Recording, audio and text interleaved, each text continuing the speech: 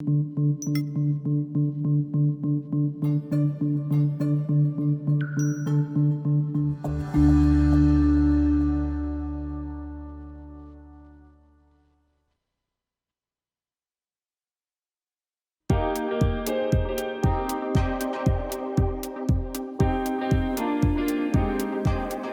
afternoon, and thank you for joining us on Community Connect. I am your host, Janie Bordner, President of Community Council of Greater Dallas. Normally, you would see Sarissa Powdrill as our beautiful and wonderful co-host, but today we have a special guest, Michael Yorba, who has a show here at Real News, CEO Money. He is actually the professional that's going to be schooling me on how to do, interviews and things today. So thank you so much for coming in, Michael. Thanks, Janie. And our guest is... You want to introduce yourself? Sure. My name is Eric Zarko. And you are? Mascot extraordinaire. You are? I am the community employee business development specialist for a local company called NetRes. Yes, I asked your title, and you gave me a whole bunch of them, so I thought maybe I would just let you decide which one you wanted to use today. Recently, I've been coined the mascot, and that's perfectly awesome. okay. Well, we all need a good mascot, So we've met kind of through LinkedIn, sort of, Yes, kind of, and you were kind enough to help us get some donations, and we kind of coordinated with another group and picked up a lot of donations for our families and that kind of stuff. And so I know that that's kind of what you do because, first, I guess tell us a little bit about NetRes. Give you a little plug. Okay. Thank you for the plug. Mascot always appreciates a good plug. NetRes, we are a local IT support company. We have about 100 clients, and a quarter of them fall into the nonprofit space, which has blossomed into a journey that led you and I to connect on LinkedIn. Mm-hmm. So it's real boring of what we do. You know, we're the outsourced IT department for a lot of companies, and the bulk of our clients are in the vertical of the nonprofit space. But you're very passionate about, your mission and helping the mission of other nonprofits. And Yes. So you really, really have developed some very interesting initiatives. So tell us about the Synergy Group that you... Well, if you don't mind, can I put that over here? Absolutely. And go in a little bit more of a fabric of me in nonprofits. Sure. Personally. That I'm a little sunburned, that I spent the whole day Saturday with my son and I with the Miracle League. And for those that don't know who the Miracle League is, they are a national baseball league for the special needs. So my 16-year-old, he's a varsity shortstop at our high school. And a couple of years ago, Mom and I figured that there was a light inside of him that needed to come out, and he has such a giving heart and a giving soul. So that's a little bit more into the Zarko household. Nice. that we're part of the Big Brothers Big Sisters, the Miracle League, and here I am getting a paycheck from a company that serves the nonprofit community from a professional standpoint. So now I'll bring back into that nonprofit Synergy Group. This is tongue-in-cheek, but a lot of people do get the message I'm about to say. As an IT company, we get blamed if there's not enough parking. We get blamed if the plumbing doesn't work. But those same clients will lean into us, asking us, hey, do you have a commercial plumber as a client? Do you know a good, trusted concrete paver? Whatever it is. It was about a year and a half ago that I felt that I could not, or we could not, give our great partners a stamp of mission-friendly. So I was like, why don't I create one? So I started to go to our existing nonprofit clients saying, hey, this is my concept. And they were so giving with giving me names of people that they trust, very similar to NetRes. So I started to create this. And right now we have about 13, 14 different people, ranging from benefits to IT to air duct cleaning. It's all different spectrums. And so that's what the nonprofit Synergy Group is.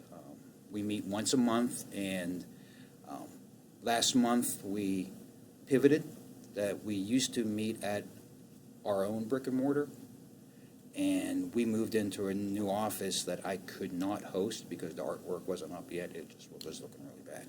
So I reached out to one of my nonprofit clients and said, hey, do you have space to host this? Oh, I would love to. And the look on her face of me giving her the podium to share their outreach and their mission to, at the time, 13 different mission-minded professionals. And whenever we were done, she shared with me, that's the challenge of the local nonprofit community, is people don't know what we do for the communities. So the group completely pivoted and said, we will no longer host a meeting, so we're going to go to different nonprofits once a month. And we're already booked through August 2020.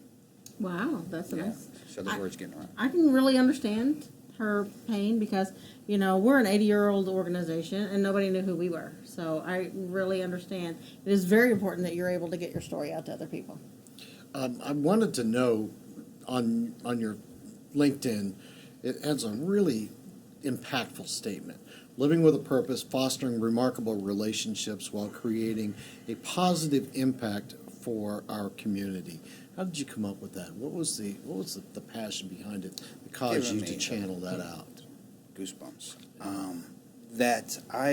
My previous employer, let's not talk about them, great company, large, similar IT support company.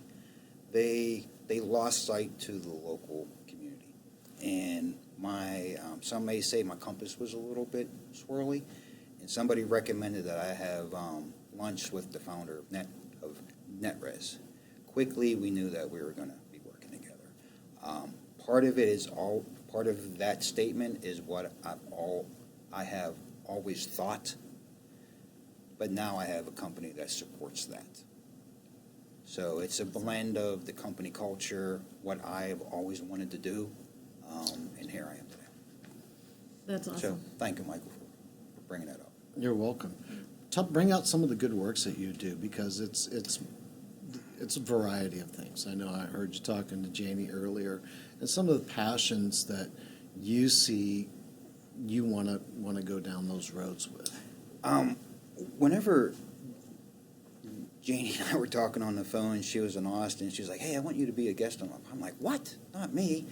And then I started to hear a different voice in my head to say, Eric, you're a common dude, and you're really trying to make a difference.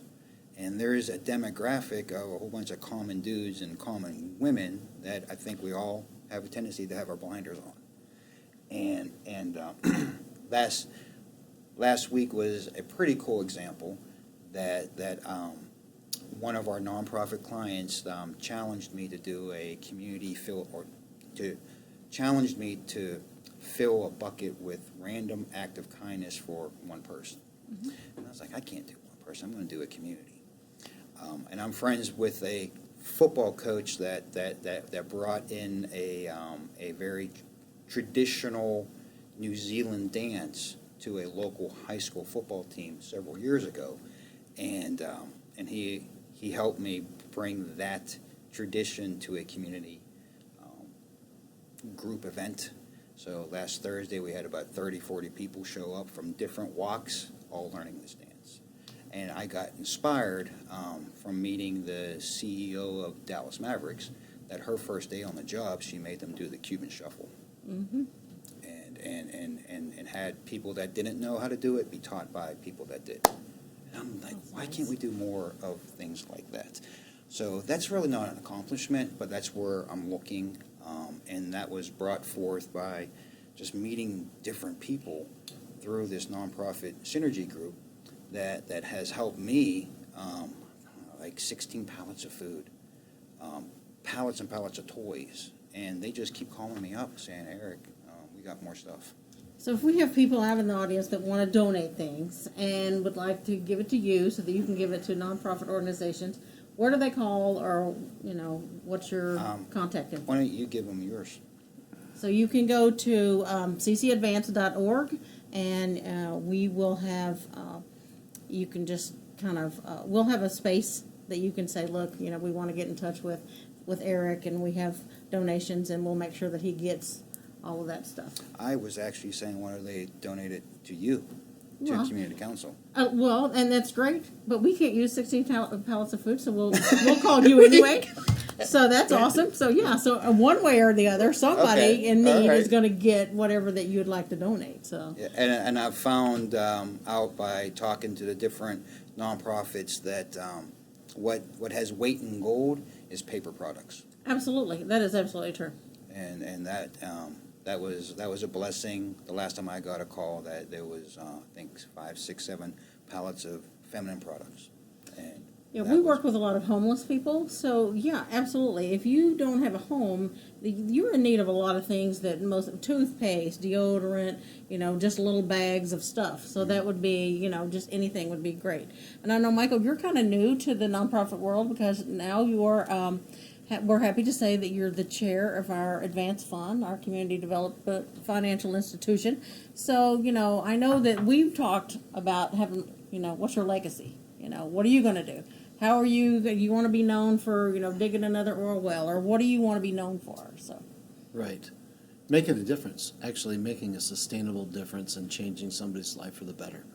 In more than just making them laugh or making them feel good, actually making something that they can pass down, handing off another legacy. So I know, Eric, that you have a great story, and so I really want to invite you back onto another episode to talk about your story, because I thought I had an impactful story, and how I got to where I am today, but I got nothing on your story, and We all have a story. I really want to be able to give you a lot of time to talk about that.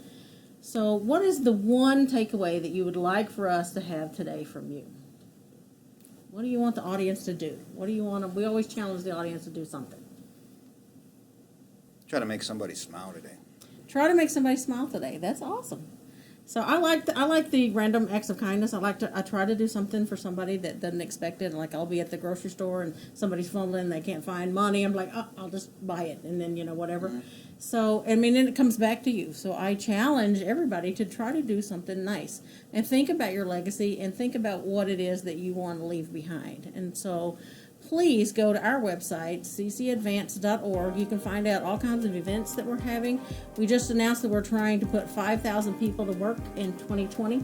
That is something that no organization has ever done before.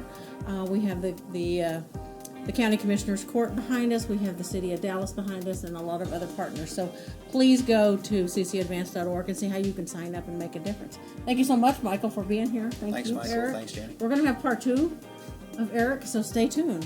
Thanks so much for joining us. I appreciate it.